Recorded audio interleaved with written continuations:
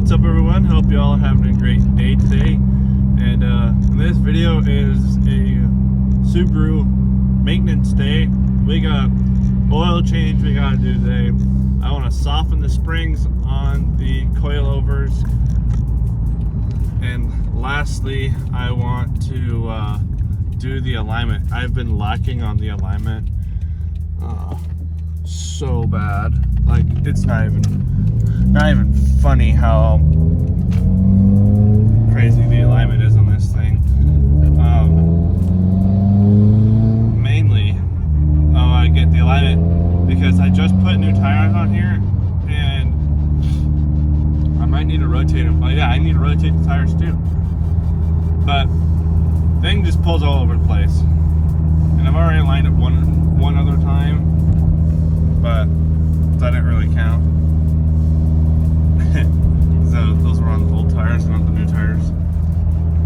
But yeah, anyways, so today's plan is I need to get food because I haven't eaten all day. It's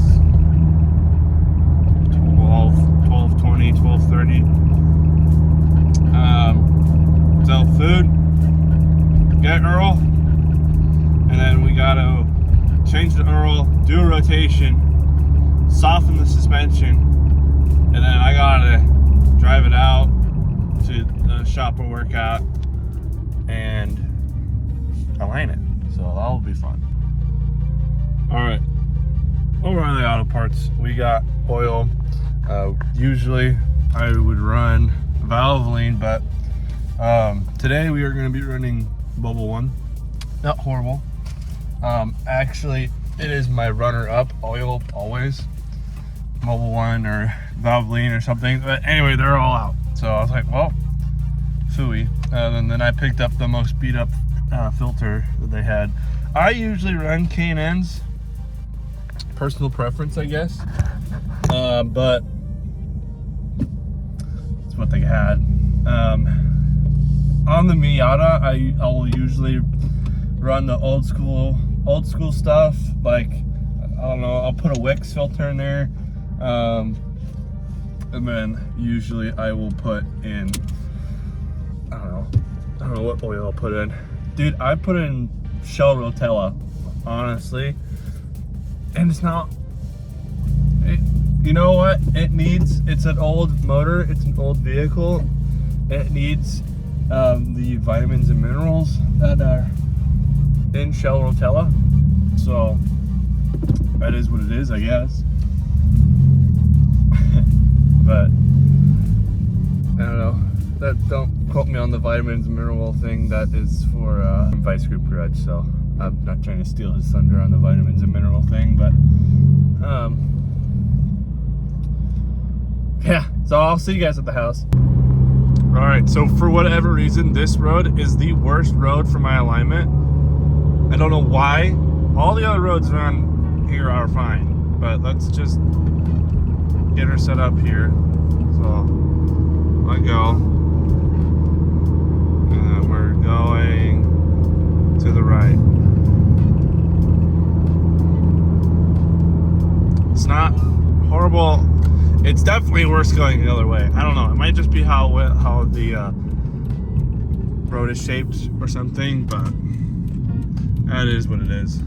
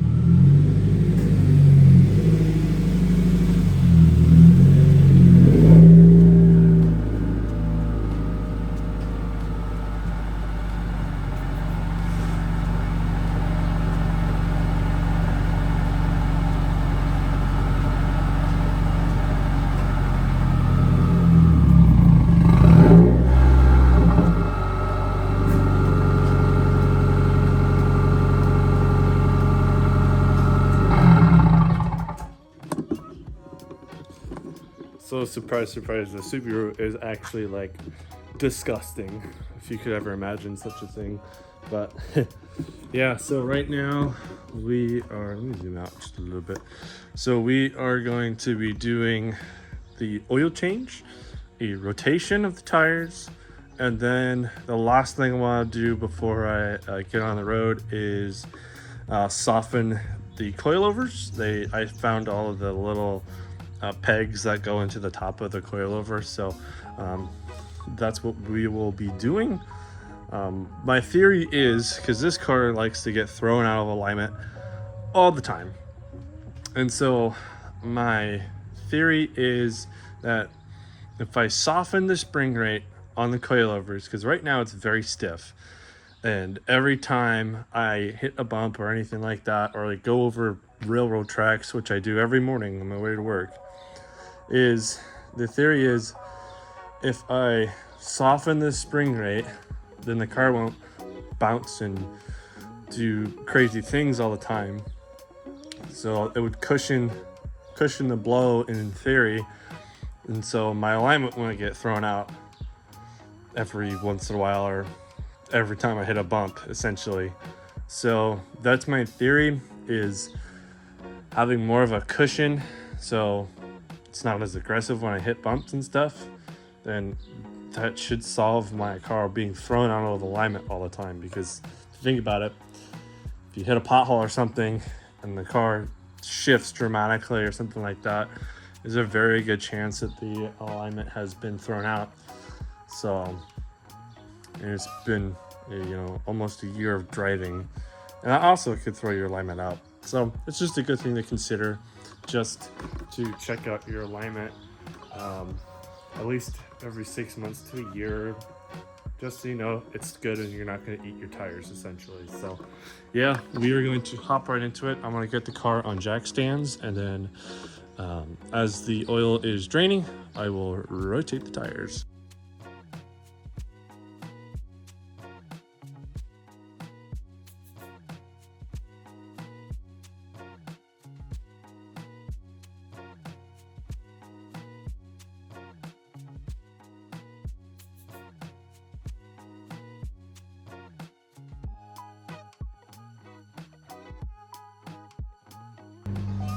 Alright, so ignore the guy mowing his lawn back there, whatever. So, tools that we will be needing to complete this oil change. Oil, this car takes, I think, about 5.4 quarts in the neighborhood, so you just need a little extra kick. Your filter, self-explanatory, and then you just need a ratchet and a socket to get the drain plug on and off. I believe it's a 14. I'll have to correct myself later. And then since we are doing a tire rotation, that's why I have the vehicle completely off the ground. This isn't required, but it's a very nice tool to have. It's just an impact gun. And then I have a 19 mil socket. Subarus use 19s. So yeah, it's very straightforward. I really love dogs barking in the background. That's also my favorite as well. But tire rotation is very simple. All I'm gonna do is just move them front to back. I might even cross them. I haven't decided what I wanted to do yet. I might just rotate front to back. It's the easiest to do and keep track of. So yeah, I think we're just going to start by changing the oil, or at least letting the oil drain out. I am going to take this tire off just so it's easier to slip in and out of there.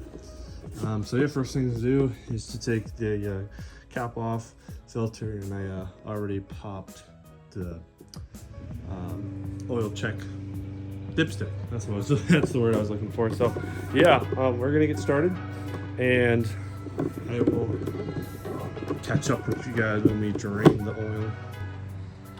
All right, so Subarus are, at least on this Subaru, very easy to remove the filter and the oil cap. all right on top. So filter, just let it drain out there. Put that off to the side.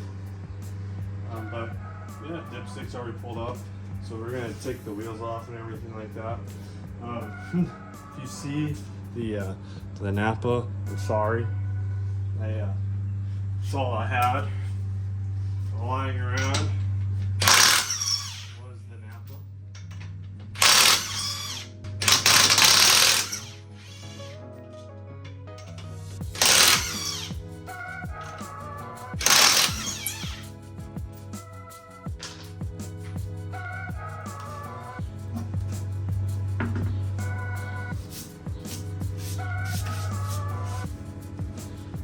Car's still looking pretty good. But yeah, that's how she's looking. Not too shabby. Nothing in the tire either.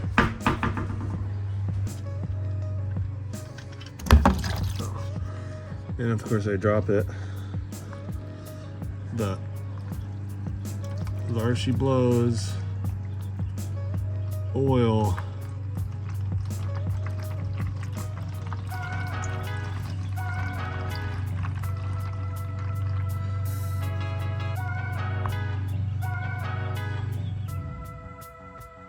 Can't wait to go fishing for that plug later, but oh well.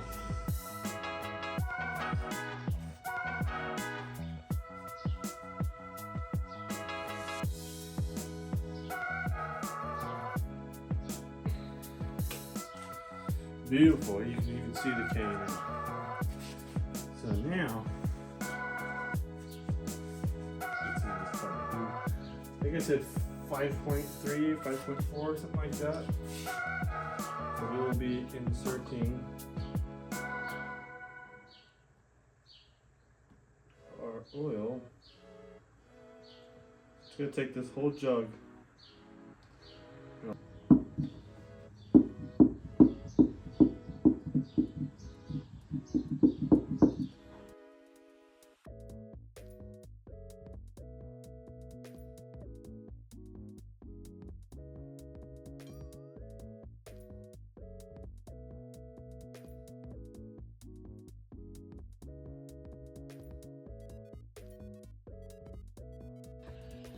All right, so off camera, I just went ahead and softened the dampening on the coilovers.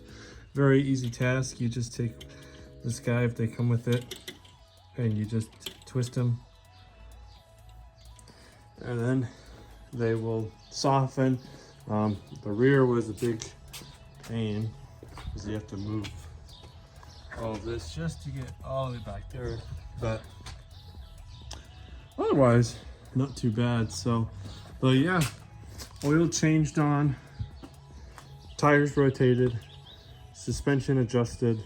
I do need my alignment still, but I am on a little bit of a time crunch as per usual, so it will be a couple days until I film the alignment portion, but otherwise it's all good.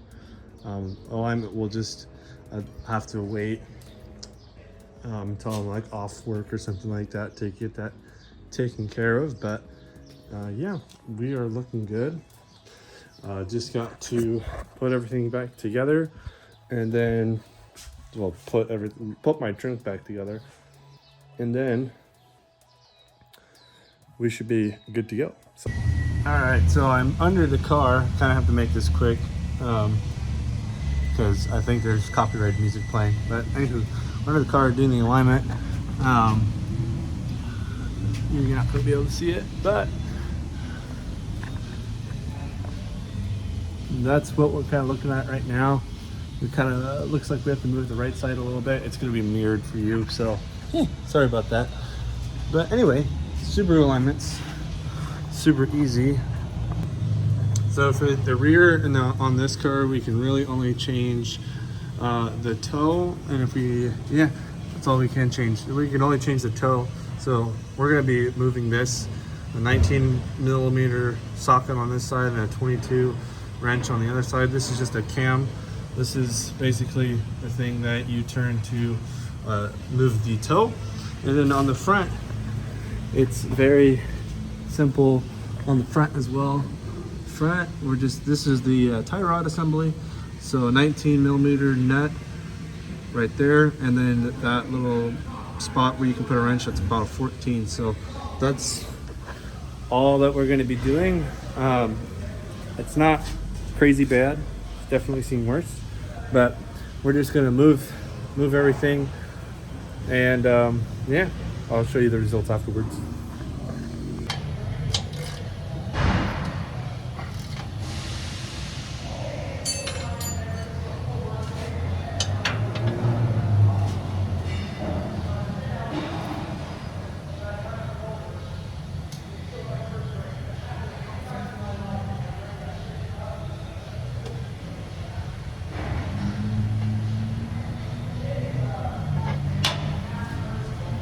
All right, so this is set to positive 14, so we are gonna tighten this up, and then we're gonna match the other side real quick.